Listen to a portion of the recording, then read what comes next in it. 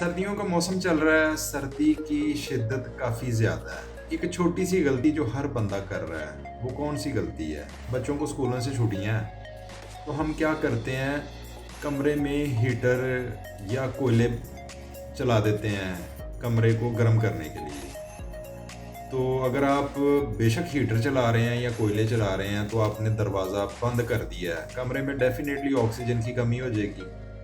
जब कमरे में ऑक्सीजन की कमी होगी, आप उठेंगे, बाहर जाएँगे, आएँगे, आपके सर में दर्द शुरू हो जाएगी। सर दर्द की कंप्लेन के साथ हर दूसरा पेशेंट आ रहा है और रीज़न इसका क्या सामने आ रहा है? रीज़न इसका ये है जी कि कमरे में चूल्हा जला देते हैं ताकि कमरा गर्म रहे।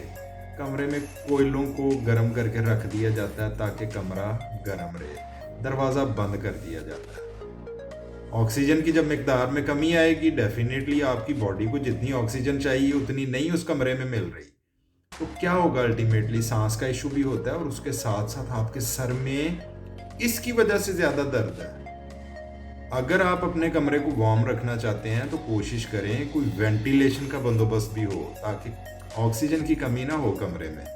बहुत शुक्रिया, अपना ख्याल रखें। अस्सलाम वालेकुम।